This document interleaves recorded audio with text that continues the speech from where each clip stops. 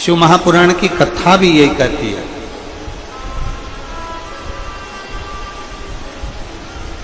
कि हम भगवान को निमंत्रण तो देते हैं, हम भगवान से कहते तो जरूर हैं, हम भगवान से प्रार्थना भी करते हैं कि भोलेनाथ आप मेरे घर पर आना, आप मेरे यहाँ आना। और भोलेनाथ आने को तैयार भी हो जाते हैं, भोलेनाथ हमारे घर पर पहुंच भी जाते हैं, भगवान शंकर हमारे द्वार पर आ भी जाते हैं। पर हमारी मन रूपी कुर्सी अगर गंदी होगी तो मेरा शंकर उस पर बैठ नहीं पाएगा, मेरा शिव उस पर बैठेगा।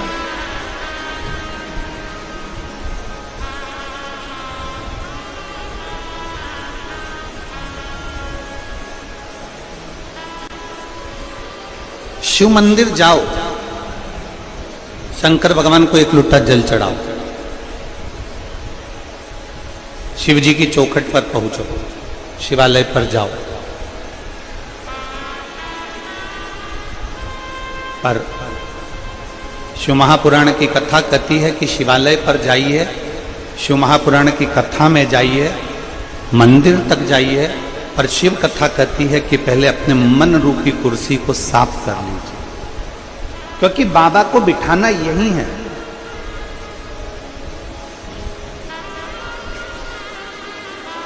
भगवान शिव को बिठाना हमें हमारे दिल में, हमारे हृदय में। और हमने पहले भी कथा में कहा कि माता पार्वती जी ने शंकर जी से प्रश्न किया था, आप काशी में रहते हो? पार्वती जी ने भगवान शंकर से प्रश्न किया था, आप काशी में रहते हो?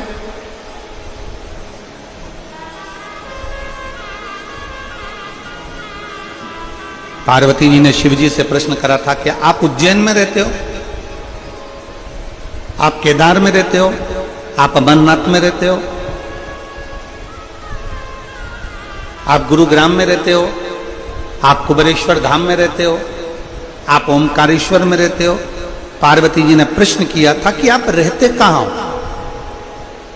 भगवान शंकर ने माता पार्वती के प्रश्न का उत्तर दिया था कि जो अपने मन को पवित्र कर कर मुझे दिल से निमंत्रण दे, आमंत्रण दे, और दिल से जो एक लोटा जल मुझे समर्पित कर देता है, उसके हृदय में मैं जाकर विराजमान हो जाता हूं। मैं वहीं पर उसके हृदय में, उसके चित्त में विराजित हूं।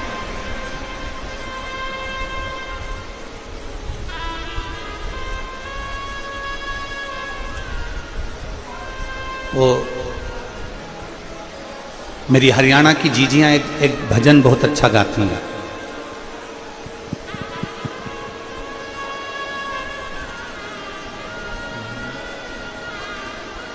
काशी में ढूंढा तुझे, उज्जैनी में पाया है। एक लाइन मेरी हरियाणा की बहनें, मेरी जीजियां बहुत अच्छी गुनगुनाती कि काशी में ढूंढा तुझे, उज्जैनी में पाया, और भक्तों के हृदय, भक्तों के हृदय भोले बाबा का ठिकाना।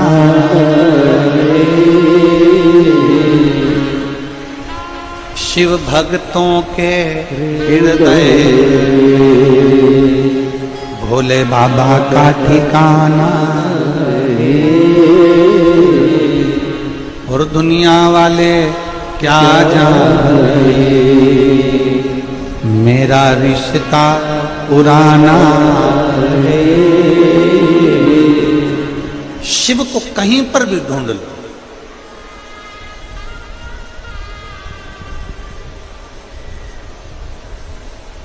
तुम्हारा मन पड़े जहां तुम शंकर को ढूंढने का प्रयास करो, पर शिव को पाने का अगर कोई स्थान है, शिव को पाने की अगर कोई जगह है, तो वह भक्त का हृदय है। एक बात आप लोगों से पूछें, उत्तर दीजिएगा जरा। सारे हरियाणा के जितने मेरे शिव भक्त बैठे हैं, मेरी जीजियां, मेरे जीजा, मेरी बेटियां, बेटा, माताएं, भाई, बंधु, सब,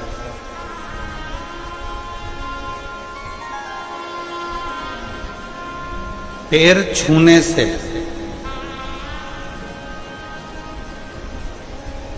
ज्यादा आशीर्वाद मिलता है कि अच्छा कर्म करने पर, दिल छूने पर ज्यादा आशीर्वाद मिलता है? बोलो जरा, बोलो जल्दी बोलो। पैर छूने से ज्यादा आशीर्वाद मिलेगा कि अच्छा कर्म कर कर आप किसी को, कोई रोगी व्यक्ति है, कोई बीमार व्यक्ति है, उसकी तुमने दवाई करा दी, कोई भूखा व्यक्ति है, बहुत दिन से भूखा, उसको भोजन करा दिया, कोई प्यासा है, उसको पानी पिला दिया, कोई तकलीफ में है, उसकी तकलीफ की घड़ी में आप खड़े हो गए।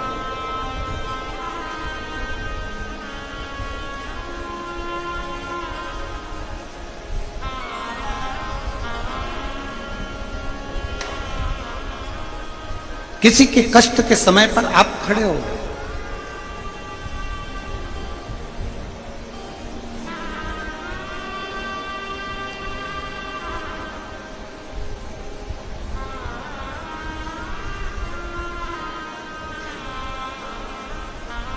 एक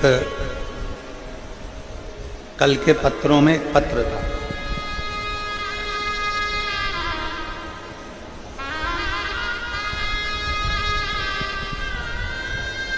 कल के पत्रों में एक पत्र था। मैं वर्धन जी आपको उसके लिए धन्यवाद दूंगा, उस पत्र के लिए।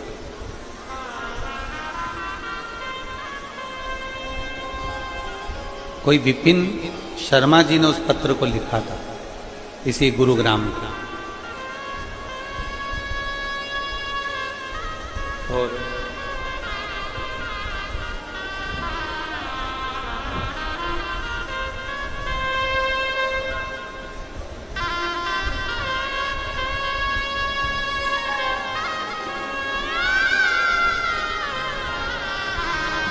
उस पत्र में विपिन शर्मा जी ने एक बात बड़ी अच्छी लिखी थी। गुरु जी,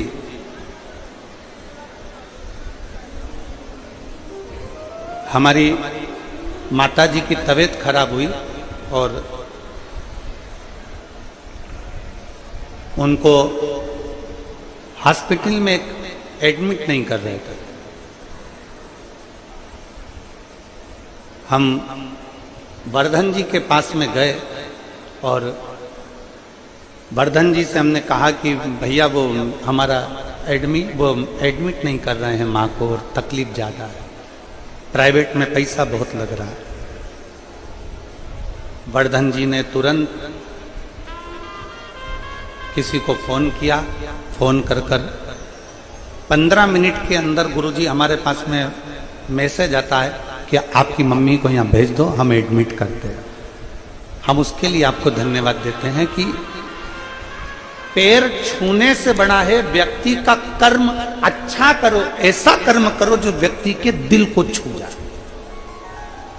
और जब व्यक्ति के दिल को छूता है तो वो जो आशीर्वाद मिलता है वो आशीर्वाद कभी कम नहीं हो सकता, कभी कम नहीं।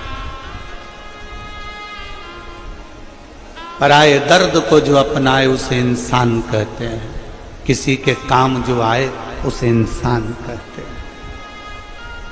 आपका धन, आपके घर का बना हुआ भोजन, आपका बनाया हुआ मकान, आपका बनाई गई जमीन, आपकी बनाई गई जायदाद, जब किसी भूखे को भोजन कराने के लिए तुम्हारे पास में अन्न है तो समझना कि तुम दुनिया के सबसे बड़े सेठ हो। कल जब हम यहां से निकल रहे थे, हर्ष यादव जी हमको लेकर जा रहे थे, तो रास्ते में हमने देखा कि कोई एक बहन 2 डब्बे लेकर झोले में टांग कर खड़ी है और वो अपने झोले के डब्बे में से पूड़ी और सब्जी निकाल के रास्ते में किसी को दे रहे। जितनी उसकी सामर्थ्यता होगी वो उतना दे रहा है। फिर आगे गए तो हमने देखा कि कोई सिख भाई पानी की बोतल बांट रहा है। फिर हमने देखा कि कोई आगे जाके बिस्कुट का कूड़ा बांट रहा है।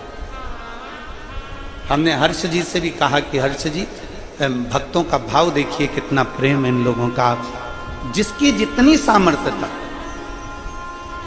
आपके घर का भोजन जब सफल है जब किसी भूखे का आप पेट भर दो, आपकी विद्वत्ता जब सफल है जब आप किसी हारे हुए व्यक्ति को, चित्त से हारे हुए व्यक्ति को, मन से हारे हुए व्यक्ति को सतमार्ग बता दो।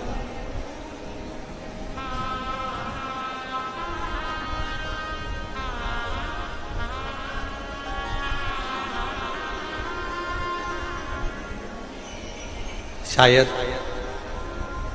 हमारी इतनी कथाओं में ये पहला यजमान का घर होगा ऐसा जो घर के लोग दूसरे के मकान में रह रहे हैं और उनके मकान में बाबा कुबेर भंडारी रह रहा है। शायद हमारे इतिहास में हमारे देखते देखते कि सभी बहुओं ने अपने अपने कमरे खाली कर कर हमारे साथ में आए हुए पंडितों के लिए, हम लोगों के लिए अपने कक्ष दे दिए। कक्ष तो दिया पूरा की पूरा चेंज कर कर पूरा की पूरा भवन। शायद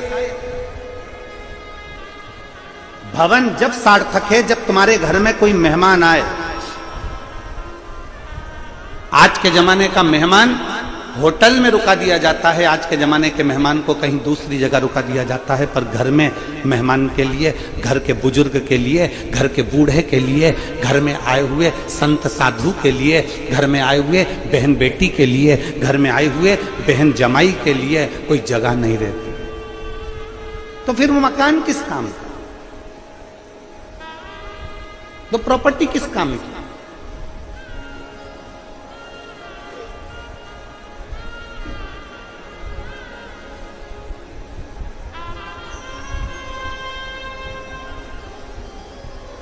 किस काम की वो प्रॉपर्टी, किस काम की वो जगह जिसमें अपने घर में आया हुआ मेहमान, आपके घर में आई हुई बहन बेटी, आपके घर में आया हुआ कोई अतिथि, कोई बुजुर्ग तुम्हारे घर में रह नहीं सकता। क्या कर? तुम्हारे घर का भोजन जब सार्थक है जब भूखे का पेट भर सको, और तुम्हारा घर जब सार्थक है जब किसी अतिथि की सेवा कर सको, और तुम्हारा वैभव जब सार्थक है जब तुम किसी की औषधि करा सको। तुम्हारे धन की सार्थकता जब है कि कोई बच्चा पढ़ना चाहता है। किसी बच्चे के पास में एजुकेशन का पैसा नहीं है, किसी के पास में इतना धन नहीं कि मैं पढ़ सकूं, मेरे पास में इतना पैसा नहीं। तुम्हारा धन जब सार्थक है कि जब तुम किसी बच्चे को पढ़ा दो, उसको अच्छी शिक्षा दिला।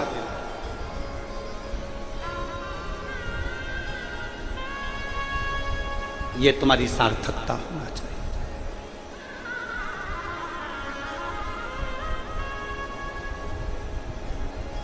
कपड़े की दुकान पर जाइए कभी, कपड़े वाले से कहना कपड़ा दिखाओ जरा अच्छा वाला जोरदार। कपड़े वाला कपड़ा दिखाएगा, आंटी जी ये कपड़ा जोरदार है, अंकल जी ये कपड़ा जोरदार है, ए ताऊ ये कपड़ा जोरदार है, ए ताई ये कपड़ा अच्छा है। फिर कहेगा इसका रंग तो नहीं जाएगा। कपड़े वाले से पूछोगे, कपड़े वाला कहेगा नहीं नहीं, इसको तुम 4-6 बार भी धो लोगे तो रंग नहीं जाने वाला, खूब अच्छा मलमल के धो, कलर नहीं जाएगा।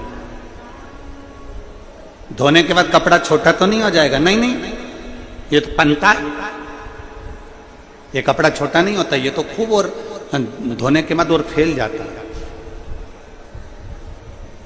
कितने का है? कपड़े वाले ने कपड़े की कीमत बताई, कपड़े वाले ने कपड़े की क्वालिटी बताई, कपड़े वाले ने कपड़े की कीमत बताई, उसकी क्वालिटी बताई, उसका तरीका बताया, सब कपड़े वाले ने बता दिया। अब तुम उस कपड़े को लेकर कहां पहुंचे हो? दर्जी के पास, टेलर के पास।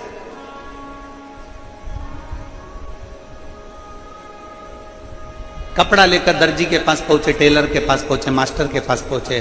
टेलर साहब, दर्जी साहब, ये मेरा कपड़ा है, इसकी मुझे पैंट सिलवाना है, शर्ट सिलवाना है, लो।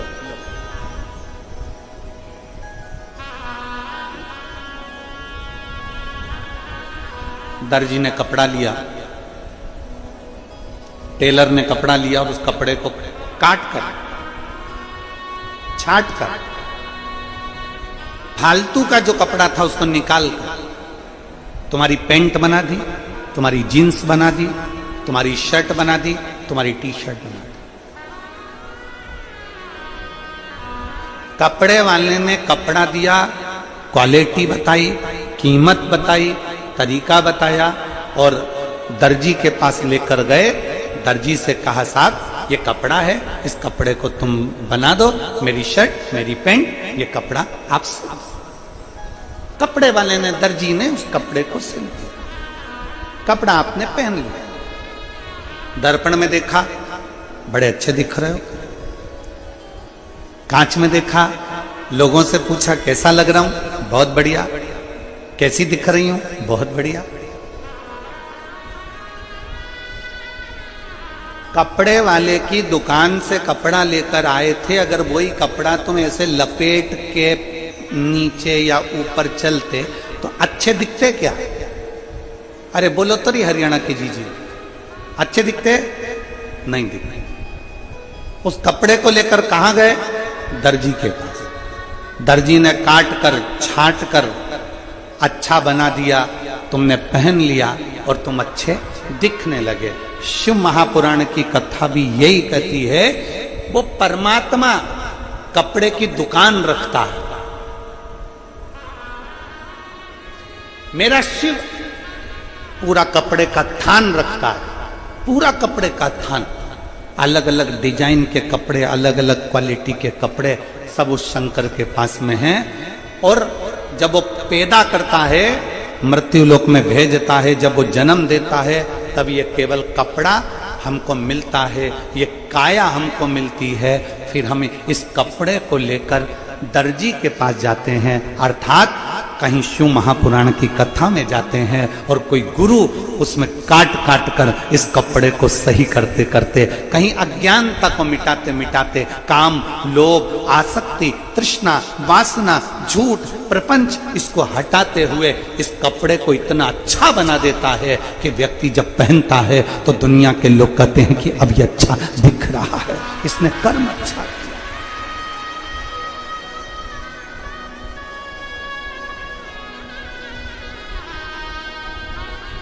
उसने तो कपड़ा दिया है, उसने तो काया दी है।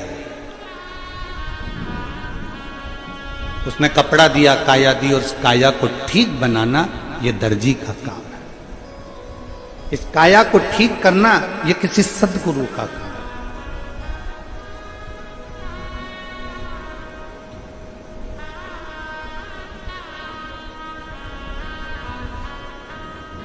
इस काया को ठीक करना कोई सद्गुरु ही कर सकता।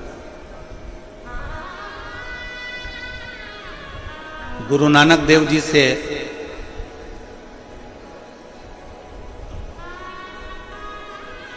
गुरु नानक देव जी से बाले ने पूछा, गुरु नानक देव जी से पूछा कि प्रभु, है नानक प्रभु, मनुष्य का जन्म क्यों होता है, किस लिए? गुरु नानक देव जी सुन रहे हैं।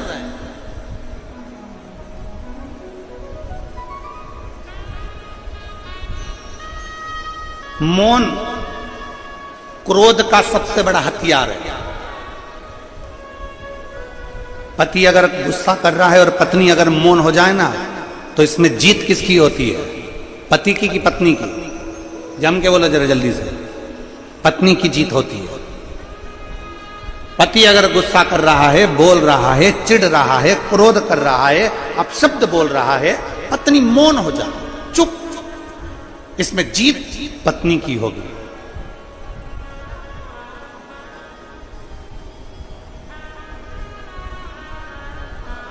गुरु नानक देव जी मौन। गुरु नानक देव जी एकदम चुप, मौन। और गुरु नानक देव जी ने बाले ने कहा कि ये मानव का शरीर क्यों मिला है, ये मानव का शरीर किस लिए मिला है? गुरु नानक देव जी से पूछा जा रहा है कि मानव का शरीर किस लिए है?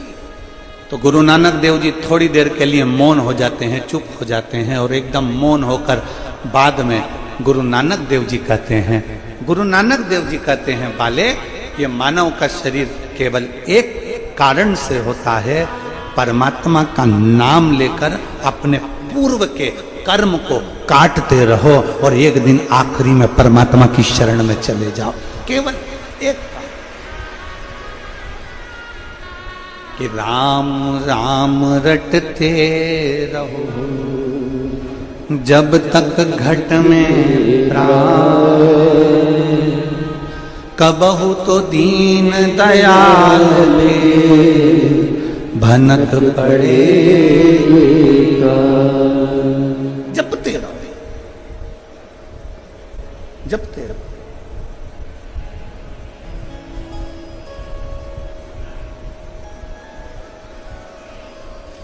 कपड़ा दिया उसने, शरीर दिया उसने, शरीर प्रदान करा उसने, और उस शरीर की कीमत जान लो।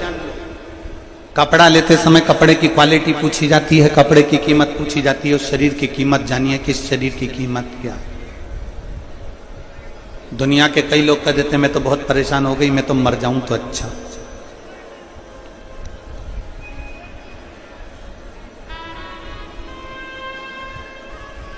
मैं तो बड़ी कष्ट में हूं, मेरे प्राण छूट जाए तो अच्छा।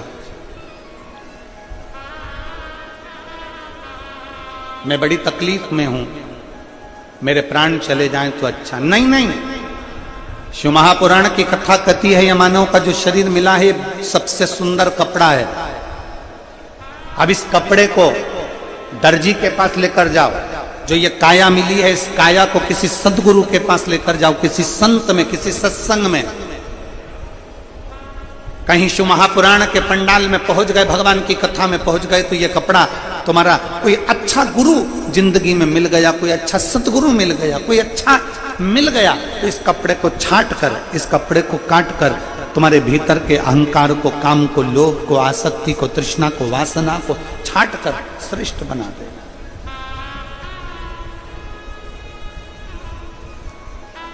सबसे पहले एक कथा आती है शिव महापुराण में, हम कई बार कथा को वर्णन कर चुके हैं, आप लोगों ने कथा में सुना होगा। वो कौन सा फूल है जो शंकर जी पे नहीं चढ़ता? जम के बोलो जरा। केतकी का फूल। सभी ने कथा सुनी है कि ब्रह्मा जी के भीतर अहंकार उत्पन्न हो गया था। शिव महापुराण की कथा। और ब्रह्मा जी के भीतर जब अहंकार उत्पन्न हो गया और ब्रह्मा जी भगवान विष्णु के पास चले गए, भगवान नारायण विश्राम कर रहे थे, सो रहे। भगवान ब्रह्मा जी ने कहा, नारायण क्या सोते रहोगे? तुम्हारे दरवाजे पर कोई आया है, इसका आतिथ्य करिए।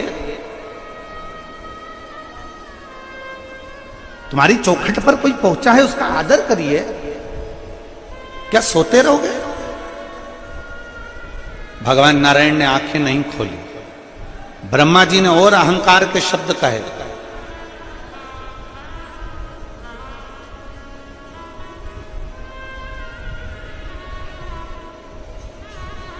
ब्रह्मा जी ने भगवान विष्णु जी से कहा कि मैं आया हूं ब्रह्मा, सृष्टि का रचना करता, आप मेरा आदर नहीं करोगे?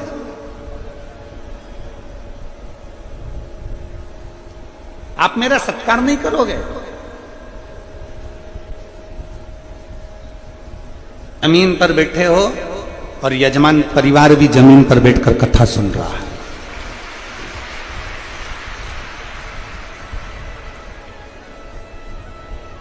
कोई सोफा नहीं, कोई कुर्सी नहीं,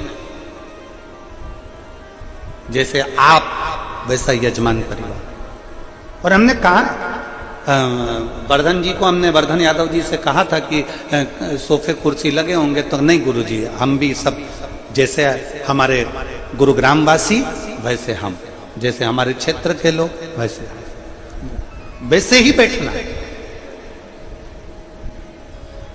अपने भीतर ये भाव उत्पन्न करो।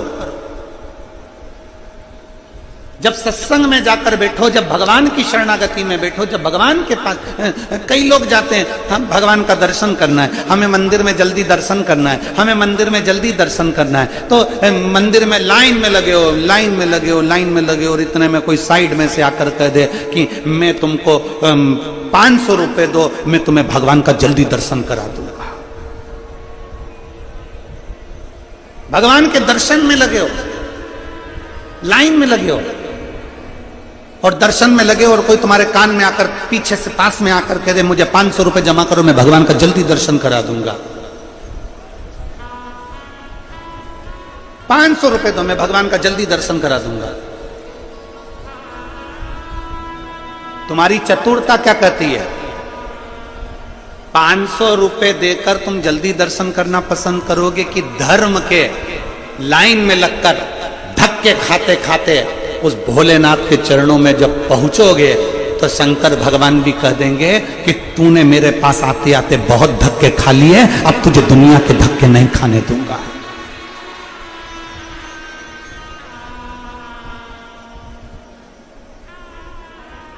पर जिसके पास में समय नहीं है ना, वो कह देता है लाओ अच्छा है 500 रुपए में मुझे पास से दर्शन हो रहा है, 500 रुपए में मुझे नजदीक से दर्शन हो रहा है। बल्कि तुम्हें कह देना चाहिए, वो कह रहा है 500 रुपए में मैं तुम्हें पास से दर्शन कराऊंगा, बिल्कुल नजदीक से दर्शन कराऊंगा। तुम्हें कह देना चाहिए चल जाने दे, तू तो मुझे 200 रुपए दे, मैं दर्शन ही नहीं कर रही, अपने घर जा रही है, ला 200 दे तू मुझको।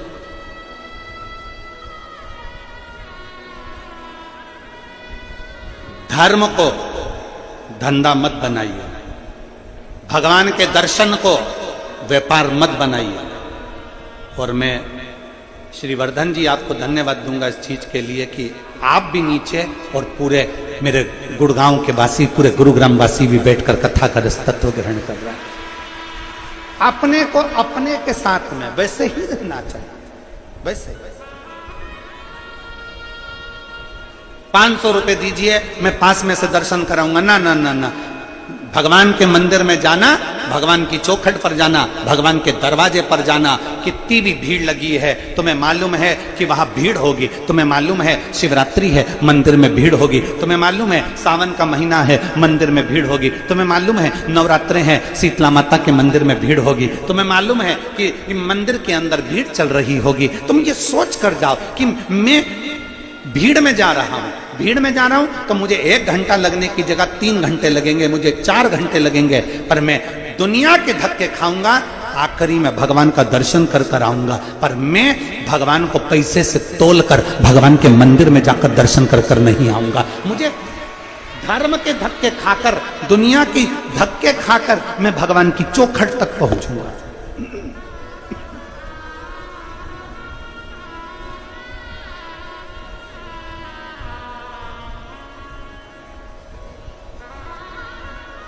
मुझे भगवान के नजदीक में जाना, मुझे भगवान के करीब में जाना। 500 रुपए में तुम भगवान के करीब जरूर चले जाओगे, पर भगवान के नजदीक नहीं जा पाओगे। जब लाइन से लगकर आराम से पहुंचकर भगवान का दर्शन करोगे ना, तब तुम मेरे भोलेनाथ के दिल के करीब में पहुंच जाओगे, दिल के।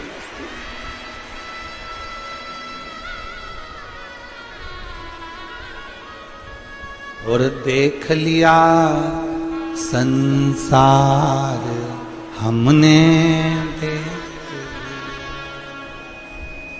सब मतलब के यार हमने देख लिया।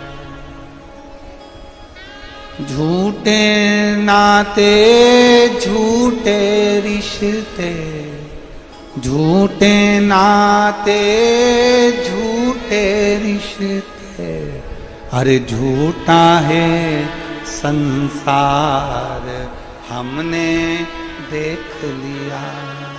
सब मतलब के यार हमने देख लिया, देख लिया संसार हमने देख।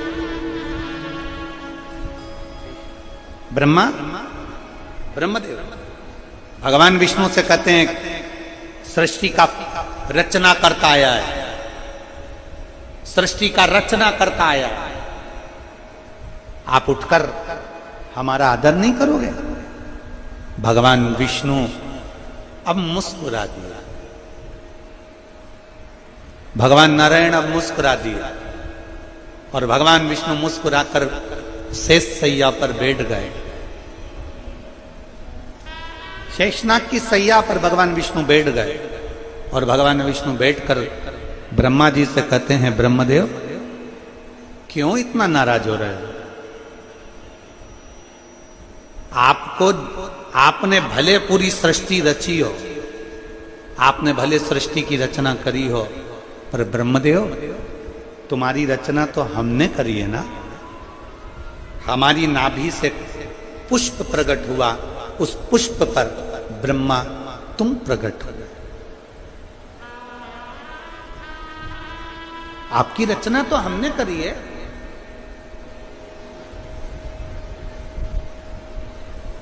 ब्रह्मा जी कहते हैं, मेरी रचना आपने नहीं करी है।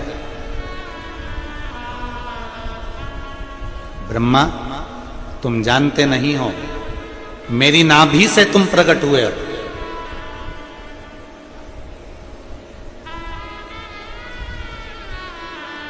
अगर आप, ब्रह्मा जी कहते हैं, अगर आप मेरे रचना करता हो, ये सृष्टि की रचना मैंने करी है। भगवान विष्णु के मुख से निकल गया कि ब्रह्मा जी सृष्टि की रचना करने वाला कोई दूसरा नहीं है, आप और हम दोनों केवल निमित्त हैं। सृष्टि की रचना करने वाला तो देवाधिदेव महादेव है, स्वयं शिव।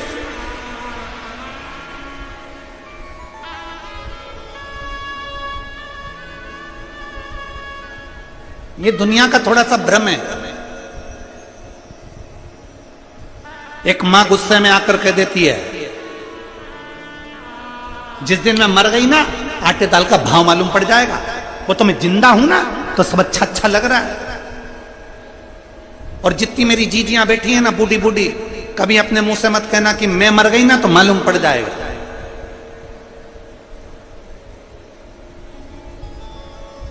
कई लोग कह देते हैं, वो तो मैं हूं तो घर चल रहा है। जिस दिन मैं चले गया ना, उस दिन मालूम पड़ेगा। वो तो मैं चला रहा हूं, कोई दूसरा नहीं चला रहा। शिव महापुराण की कथा कहती है, तुम जिंदा हो, तुम हो तो घी घना, कभी चले भी गए तो मुट्ठी चना। कभी ऐसा मत बोलो कि मेरे रहने से घर चल रहा है, मेरे रहने से।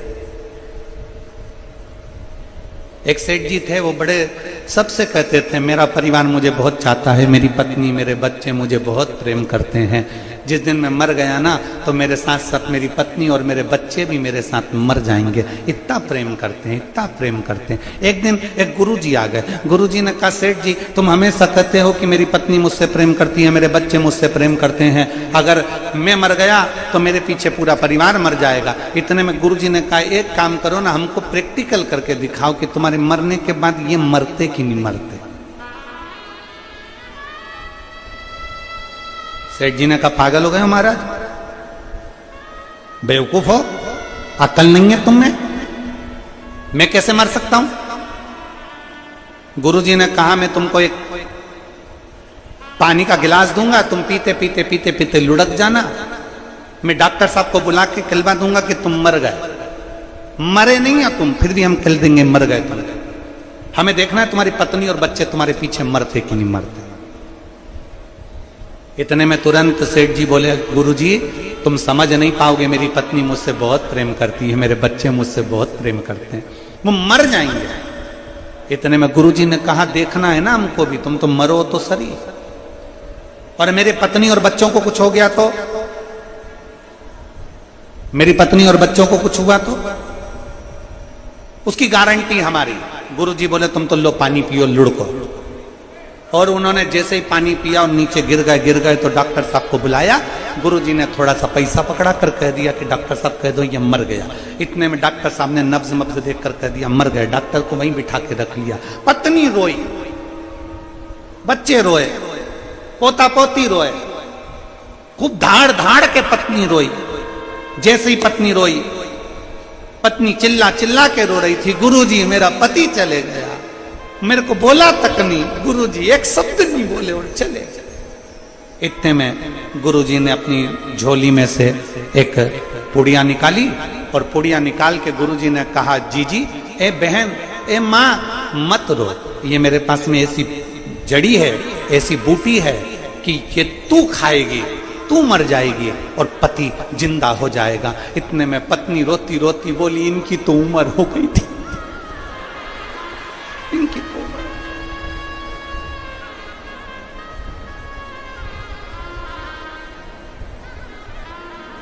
पति को गुस्सा आया। पति ने सोचा, बताओ, अभी तो कह रही थी कि मुझे छोड़कर चले गए, कह रही कि उम्र हो गई थी। इतने में बेटा रो रहा था। बेटे से पूछा, तू क्यों रो रहा है? पिताजी चले गए, पिताजी चले गए, पिताजी चले गए। ये भी नहीं बता के गए किससे कितना लेना था। बाप को लगा बाप मर गया, उसका गम नहीं, लेनदारी की पहले बढ़ गए। गुरुजी ने कहा, ले पुड़िया, तू खा ले, तू खाएगा तू मर जाएगा, पिताजी जिंदा हो जाएंगे। इतने में बेटा बोला, पिताजी तो कह रहे थे कि बेटा अब तुझे सब संभालना है, इसलिए रेन दो गुरुजी, रेन दो।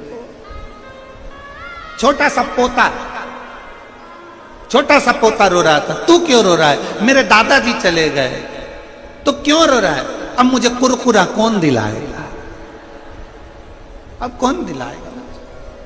इतने में गुरुजी ने कहा, ले ये पुड़िया तू खा ले, तू खाएगा तू मर जाएगा, तेरा दादाजी जिंदा हो जाएगा। इतने में छोटा सा पोता गुरुजी के पास में आके बैठा, कोनी मार के बोला, ओ गुरुजी, ओ गुरुजी, तुम खा लो ना।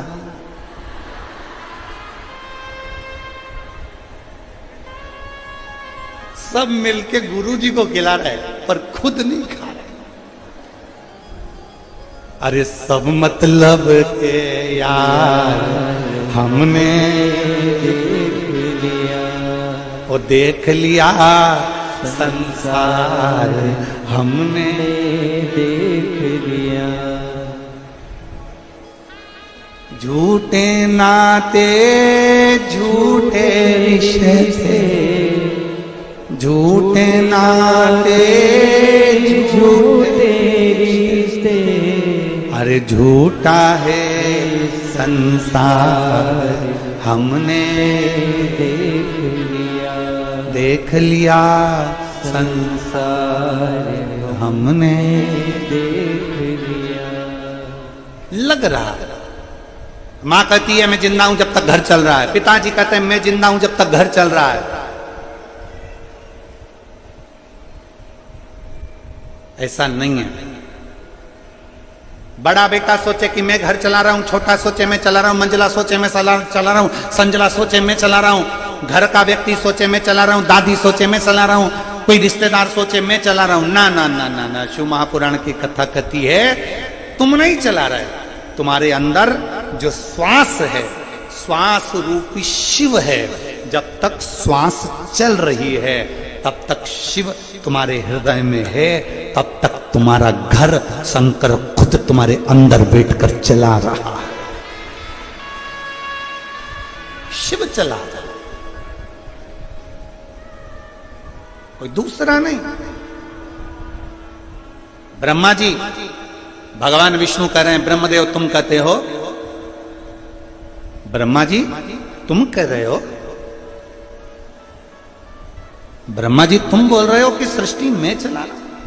नहीं, भगवान नारायण ने कहा ब्रह्मा सृष्टि ना तुम रचे हो, सृष्टि ना हम रचे हैं, सृष्टि रचने वाला तो देवाधिदेव महा शिव। एक पत्र, आज थोड़ा ट्रैफिक में फंस गए थे ना, तो थोड़ा लेट आए तो हम पूरे पत्र नहीं पढ़ पाए, इसलिए अभी 2 ही पत्र पढ़े हैं, तो 2 ही तुम्हारे सामने प्रस्तुत।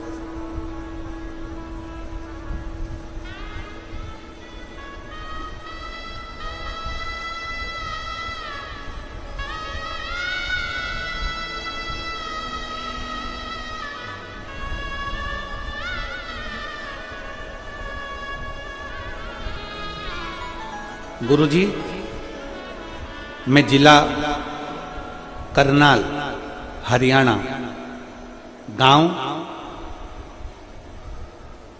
एलईडी पर आप लोग पढ़ सकते हैं पत्र को।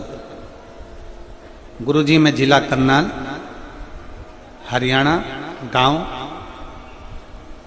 इस्लाम नगर के रहने वाली हूँ। मेरा नाम बबीता है। मेरा मोबाइल नंबर ये है।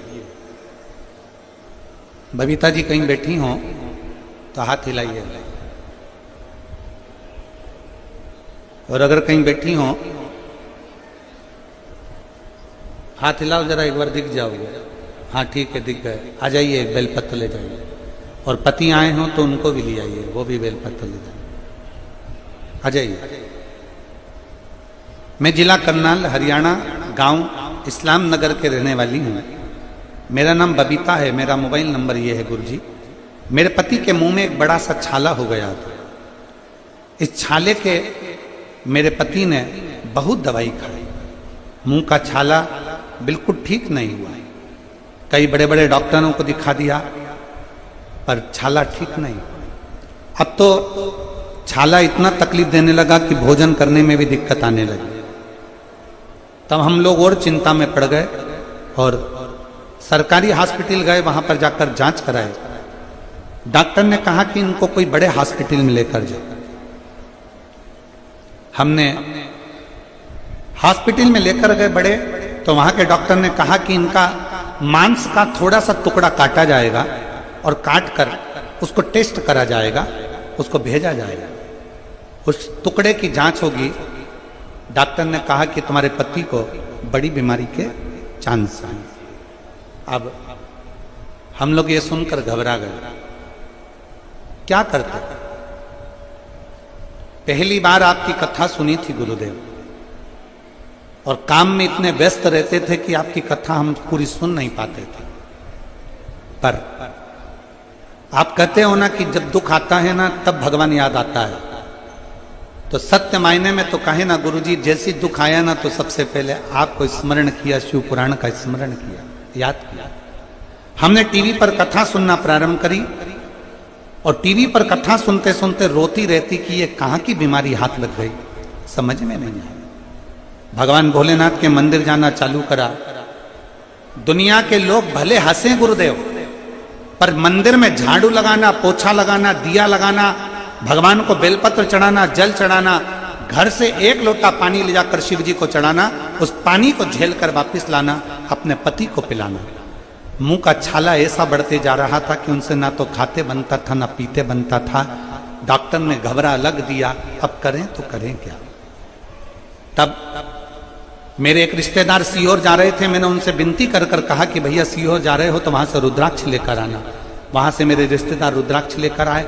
हमने तांबे के कलश में उसको गलाया, शिवजी को जल चढ़ाया। वो चढ़ा हुआ जल अपने पति को पिलाना प्रारंभ करा। शुरू शुरू में तो पानी पीने में भी तकलीफ हो रही थी, खाने में बेलपत्री खा नहीं पा रहे थे, तो बेलपत्री को पीस कर शिवजी पे चढ़ी हुई बेलपत्र कुंदकेश्वर महादेव के नाम से अपने पति को देने लगी। धीरे धीरे डॉक्टर ने तारीख दी थी, बुलाकर जांच के लिए जाना था, पर बाबा की ऐसी कृपा हुई गुरुदेव, जो सालों से छाला था मेरे भोलेनाथ ने मात्र 22 दिन के अंदर वो छाला समाप्त कर दिया। मैं बाबा को धन्यवाद देती हूँ। अब मेरे पति भोजन भी करते हैं, रोटी भी खाते हैं, पानी भी पीते हैं और एकदम बाबा की कृपा से ठीक हैं। मैं बाबा को प्रणाम करने के लिए आई हूँ। एक लाइन अच्छी लिखी है, आप और हम गुनगुनाते हैं। भोलेनाथ दया करना, मैं तेरे भरोसे हूँ। मेरे बाबा दया करना, मैं तेरे भरोसे हूँ। ना घर के भरोसे हूँ, ना परिवार के भरोसे हूँ, ना घर के भरोसे ना परिवार के भरोसे मेरे बाबा दया करना मैं तेरे भरोसे भोले बाबा दया करना मैं तेरे भरोसे मेरे शिव ने मेरे ओघड़दान मेरे शंकर मेरे त्रिकालदर्शी मेरे कैलाशी बाहर की आवाज अंदर आ रही है अंदर की आवाज खोल के बाहर मेरे त्रिकालदर्शी मेरे कैलाशी मेरे अविनाशी मेरे शिव ने कृपा करी अनायास कृपा करता है शिव मेरी जीजियों मेरे जीजाओं मेरी बेटियों बेटाओं मेरी माओं आप पानी में गीले होकर भले यहां पर आए हो बैठे हो कीचड़ पानी में थोड़ा कष्ट भले हो रहा होगा भले पर इतना याद रखना जितना जितना कष्ट सहते हो ना उतना उतना शिव के करीब में जाते चले जाते हो उतना शिव के नजदीक जाते चले जाते संभाल लेगा संभाल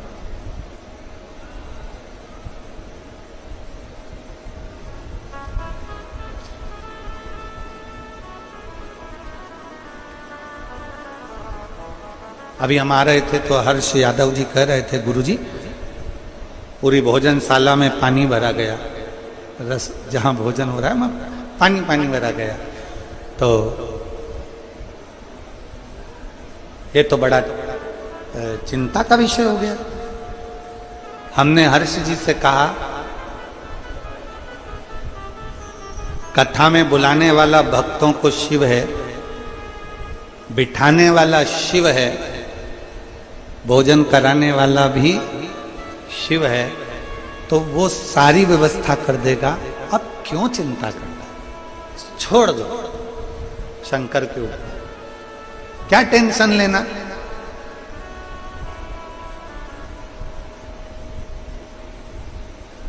शिव के आश्रित हो जाओ शिव के भरोसे हो जाओ उसके आश्रित ब्रह्मा जी करें मैं सृष्टि का रचना करता भगवान नारायण करें भ्रांति निकाल दो अपने भीतर से अपने मन से ये भ्रम निकाल दो कि तुम सृष्टि की रचना करता सृष्टि के रचना करता ये भ्रम निकाल दिया जाए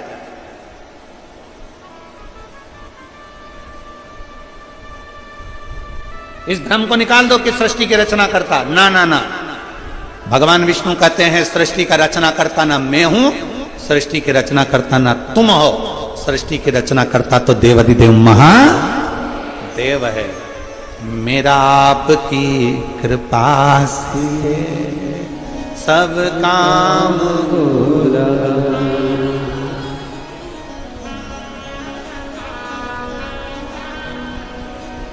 सब काम करते हो भोले बाबा मेरा नाम हो रहा है मेरा आपकी कृपा से सब काम हो रहा है हम उसके आश्रित हो जाए वो है भगवान नारायण ने कह दिया भगवान नारायण ने तुरंत भगवान ब्रह्मदेव से कहा कि ना मैं ना तुम ना मैं ना तुम वो है देवाधिदेव महादेव इतने में ब्रह्मा जी ने कहा कौन महादेव अब ब्रह्मा जी के ये शब्द सुनकर भगवान विष्णु की आंख से आंसू बहने लगा कि गजब गजब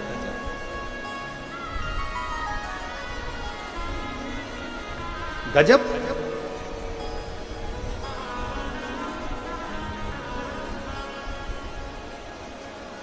आप सभी को मालूम होगा एक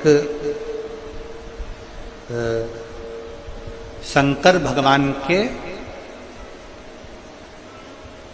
नेत्र के अश्रु से रुद्राक्ष की उत्पत्ति हुई। जानते हो सब लोग? बोलो तो जम के बोलो, जानते हो ना? फिर भगवान शंकर के नेत्र अश्रु से अंधकासुर की उत्पत्ति हुई। जानते हो सब लोग? बोलो जम के बोलो। ठीक है। तीसरा, भगवान शंकर के क्रोध नेत्र अग्नि की ज्वाला से, उनके अश्रु से ज्वारासुर की उत्पत्ति हुई। ज्वारासुर, जिसको एक असुर का भी नाम दिया जाता है। ये जो बुखार आता है ना, ज्वर आता है, जो बुखार आता है, इसको भी असुर के गिनती में लिया गया, ज्वरासुर। और इस ज्वारासुर को शांत करने के लिए माता शीतला को प्रकट किया गया। और आप गुरुग्राम वासियों के लिए तो बड़ा सौभाग्य का विषय है कि मां शीतला आपके गुरुग्राम में आशीर्वाद देने के लिए सदा विराजमान रहती है। बोल शीतला माता की, शीतला माता की। मां, इस गुरुग्राम में माता शीतला अपने भक्तों के आशीर्वाद देने के लिए सदा विराजमान थी है। ज्वारासुर को शांत करने के लिए मां शीतला को प्रकट होना पड़ा था।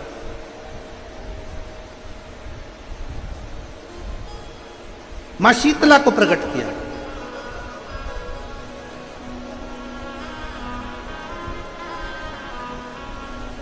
शिव महापुराण की कथा कहती है, भगवान विष्णु ने कह दिया ब्रह्मा जी के शब्द सुने, और ब्रह्मा जी के शब्द सुनकर भगवान नारायण की आंख से आंसू बहने लगे। भगवान विष्णु ने कहा, ब्रह्मा जी क्या कह रहे हो? कौन शिव? ये शब्द हैं आपके? कई लोग फेसबुक पर, इंस्टाग्राम पर, सोशल मीडिया पर, व्हाट्सएप पर शंकर जी के प्रति लोकाझोंकी करते रहते हैं। कोई कह देता है शंकर का जल मत पियो, कोई कह देता है श्री शिवाय नमस्तुभ्यं मत बोलो, कोई कह देता है शंकर की चढ़ी हुई बेलपत्र मत खाओ, कोई कह देता है कुछ। उनसे कहो, शिव की निंदा करने वाले ब्रह्मा जी का सिर कट गया था। शिव की निंदा करने वाले इंद्र को अपना सिंहासन छोड़ना पड़ा था। शिव की निंदा करने वाले को दक्ष प्रजापति का सिर कटकर बकरे का सिर लग गया था। शिव की निंदा करने वाले को धक्का देकर बाहर निकाल दिया गया था। शिव की निंदा थोड़ी सी सुनने वाले की लंका में आग लग गई थी। शंकर की निंदा ना तो करी जाए ना सुनी जाए। एक पत्र देखिए,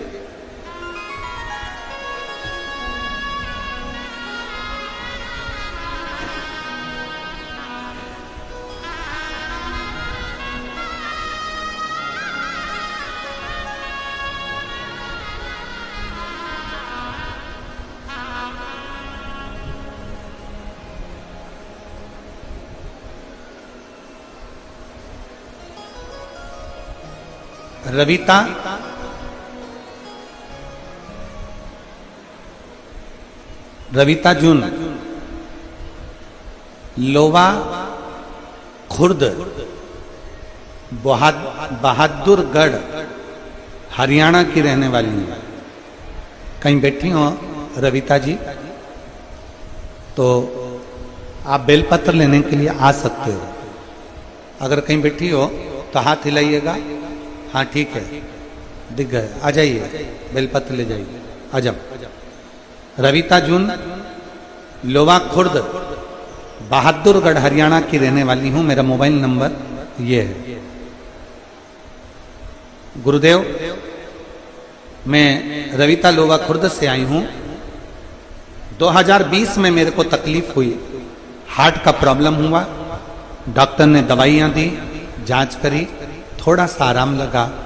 2 महीने ठीक रही। 2 महीने के बाद वापिस मेरा तबीयत खराब हो गई। फिर वापिस मेरा स्वास्थ्य खराब हो गया।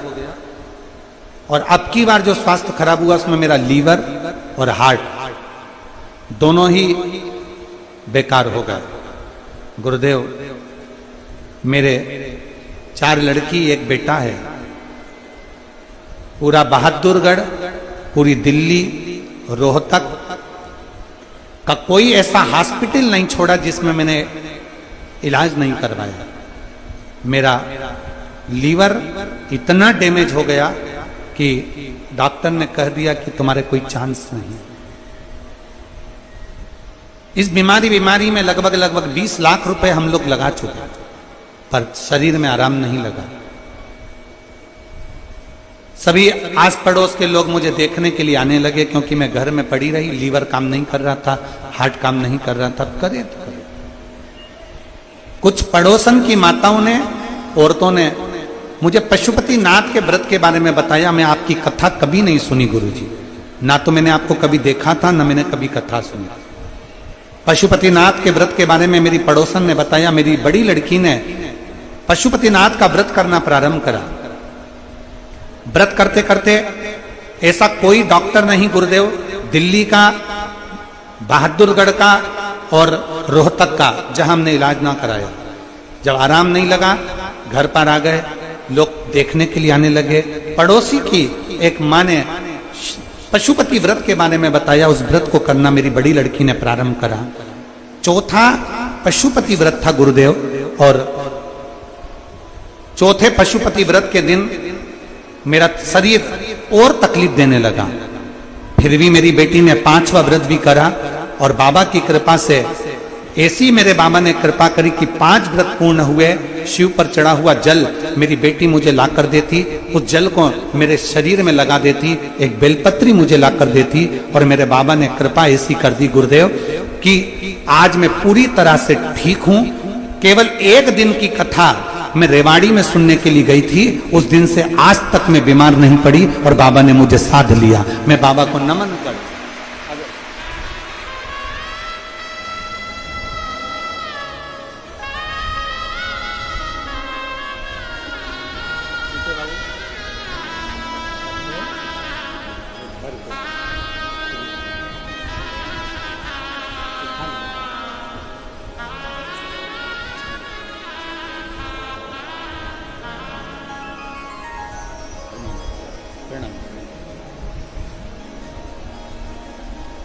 एक शिव भक्ति के प्रति आपका विश्वास जागृत हो।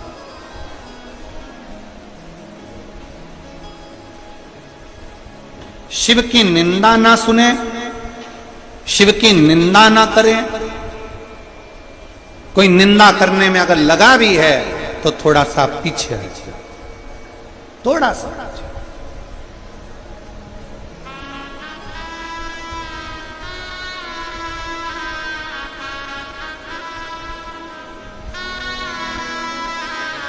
शिव निंदा से परे हो गए, दूर हो। सब दुख का तो मारा ओ भोला, सब दुख का तो मारा। वेश है मंगल मंगलकारी, वेश है मंगलकारी। शमशान वासी हमारा, शमशान वासी हमारा। ओ भोला, सब दुख काटो हमारा। ओ भोला, सब दुख काटो हमारा। भगवान देवाधिदेव महादेव शिव की कथा कर रही है, भगवान शंकर का पावन चरित्र कह रहा है, शिव महापुराण की कथा वर्णन कर रही है।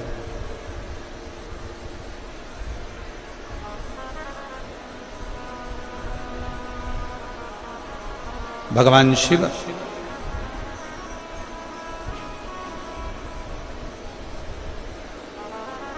देखिए, पानी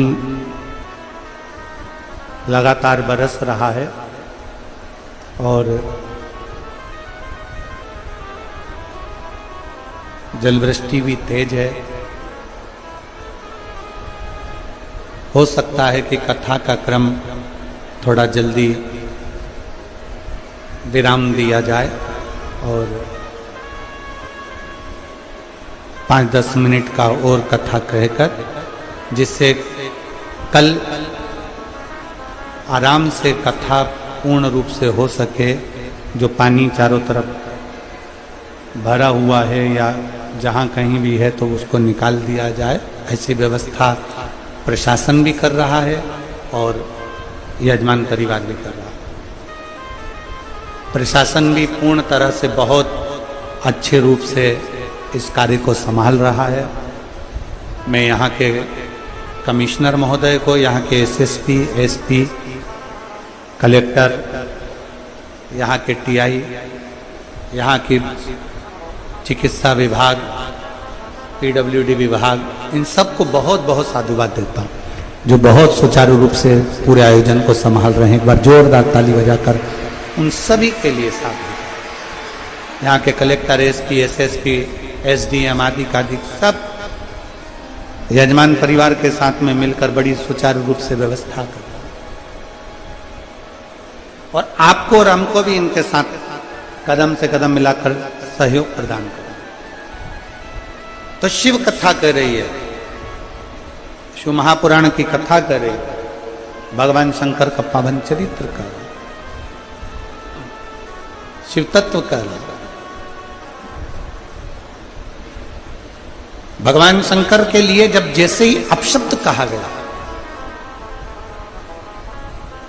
भगवान शिव के लिए जैसे ही कुछ कहा गया, भगवान विष्णु ने ब्रह्मा जी को मना किया कि तुम कैसे शब्द कह रहे हो, ये शब्द तुम्हारे श्रेष्ठ नहीं है, तुम्हारे ये शब्द श्रेष्ठ नहीं है, इन शब्दों का प्रयोग ना करो,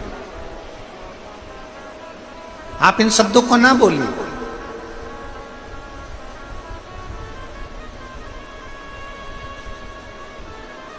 नांदेड़ की कथा में गुरु गोविंद सिंह जी की पुण्य स्थली से, पवित्र स्थली से आपको एक बात कही थी। दुनिया के लोग घर में फिल्टर का पानी पीते हैं, पर दुनिया के लोग अपनी वाणी को फिल्टर कर कर नहीं बोल पाते हैं। दुनिया के लोगों को बोलने का एक भाव उत्पन्न नहीं हो पाता। ब्रह्मा जी ने अहंकार के शब्द कहे, ब्रह्मा जी ने अपशब्द कहे, और जो शिव जी के लिए अपशब्द कहे, भगवान उसी समय भगवान नारायण ने कह दिया तुम कैसे कह सकते हो, ये सब भगवान शिव की रची हुई पूरी सृष्टि है, पूरी।